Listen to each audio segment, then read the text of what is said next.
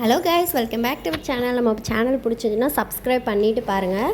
வாங்க வீடியோக்குள்ளே போயிடலாம். இன்றைக்கி வந்து பன்னீர் பட்டர் மசாலா வந்து எப்படி செய்யலாம் அப்படின்னு பார்க்கலாம். வீட்டிலே வந்து ஈஸியாக பண்ணலாம். இந்த மாதிரி பன்னீர் வாங்கிட்டு வந்துட்டு கொஞ்சமாக பட்டர் வந்து தோசைக்கல்ல ஆட் பண்ணிவிட்டு இந்த மாதிரி பன்னீர் வந்து 2 சைடு நல்லா டோஸ்ட் பண்ணி எடுத்துக்கோங்க. மீடியம் ஃப்ளேமில் வச்சுட்டு நல்லா இந்த மாதிரி டோஸ்ட் பண்ணி எடுத்துக்கோங்க. அந்த கேப்பில் வந்து பார்த்திங்கன்னா ஒரு 3 வெங்காயம், அதாவது பல்லாரி, அப்புறம் 2 வந்து சின்ன சைஸில் ஒரு தக்காளி, 2 எடுத்து நல்லா வந்து ஃப்ரை பண்ணிங்க.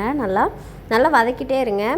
நம்ம வந்து எல்லாத்துக்குமே இதில் வந்து பட்டர் மட்டும் தான் ஆட் பண்ணியிருக்கோம். இப்போ வந்து அதில் வந்து 2 வெள்ளைப்பூடு, ஒரு குட்டி சைஸ் இஞ்சி வந்து ஆட் பண்ணிவிட்டு நல்லா வந்து இதை வந்து வதக்கிக்கலாம். லோ ஃப்ளேமில் வச்சு எல்லாம் பண்ணுங்கள். நம்ம வந்து இதை வந்து அரைக்க தான் போகிறோம், அதனால் வந்து ரொம்ப வதங்கணும் அப்படிலாம் கிடையாது.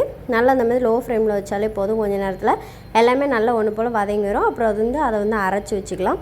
இப்போ வந்து ஒரு வடைச்சட்டி எடுத்து வச்சுட்டு அதில் கொஞ்சம் பட்டர் வந்து ஊற்றிட்டு அதில் வந்து பட்டை, அப்புறம் பார்த்திங்கன்னா அந்த பிரியாணி இலை இருக்கும் இல்லையா, அதை போட்டுட்டு நம்ம அரைச்சி வச்சுருக்கோம் இல்லையா, இதை வந்து நல்லா உள்ளே ஊற்றி நல்லா வந்து மிக்ஸ் பண்ணிகிட்டே இருக்கணும். லோ ஃப்ளேமில் வச்சே பண்ணுங்கள்.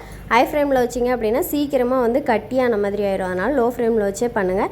இப்போ அது நமக்கு தேவையான அளவுக்கு கொஞ்சமாக மிளகாப் பொடி உங்கள் காரத்துக்கு தகுந்தாப்பில் எதுனாலும் ஆட் பண்ணிக்கலாம். அப்புறமா அதில் வந்து பார்த்திங்கன்னா நமக்கு தேவையான அளவுக்கு உப்பு கொஞ்சோண்டு ஆட் பண்ணிக்கலாம். இப்போ நல்லா கொதிக்கட்டும். நல்லா கொதிக்க அளவுக்கு கொஞ்சம் கொஞ்சமாக கிண்டிகிட்டே இருக்கணும். அடிப்பிடிக்க விடாத அளவுக்கு லைட்டாக கிண்டிகிட்டே இருந்திங்கன்னா போதும். பார்த்திங்கன்னா கிரேவி மாதிரி வரும். நல்லாவே உங்களோட இஷ்டம் தான். உங்களுக்கு வந்து எனக்கு வந்து கிரேவி மாதிரி வேணும், சப்பாத்திக்கு நான் பண்ணேன். உங்களுக்கு வந்து இல்லை எனக்கு வந்து கொஞ்சம் தண்ணியாக வேணும் அப்படின்னா கொஞ்சம் வாட்டர் கூட நீங்கள் வந்து ஆட் பண்ணிக்கலாம். நான் வந்து சப்பாத்திக்குனாப்பில் நல்லா கிரேவி மாதிரி நல்லா கொஞ்சம் கட்டியாக தான் வச்சேன்.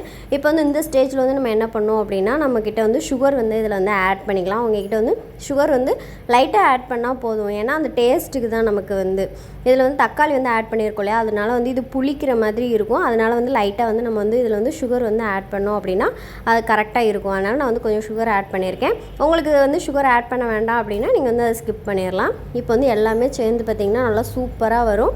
நல்லா கிண்டிகிட்டே இருக்கணும். கிண்டிகிட்டே இருந்திங்கன்னா இந்த மாதிரி வரும். இந்த மாதிரி ஸ்டேஜில் வந்து நம்ம வந்து டோஸ்ட் பண்ணி வச்சுருக்கோம் இல்லையா பன்னீர், அதை வந்து உள்ளே போட்டுட்டு நல்லா வந்து இப்படி கிளறிட்டே இருந்தோம் அப்படின்னா நம்மளோட பன்னீர் பட்டர் மசாலா வந்து ரெடி ஆயிரும். இதையும் பார்த்திங்கன்னா நம்ம வந்து ஒரு 2-3 மினிட்ஸ் வந்து நல்லா லோ ஃப்ளேமில் வச்சுட்டு நல்லா கலந்து விட்டுட்டு இருந்தாலே போதும். பன்னீர் வந்து அந்த மசாலாவோட நல்லா மிக்ஸ் ஆகி பார்க்கறதுக்கு சூப்பராக ரெடி ஆயிரும். இப்போ வந்து பார்த்திங்கன்னா கிரேவி வந்து நல்லா ரெடி ஆயிடுச்சு.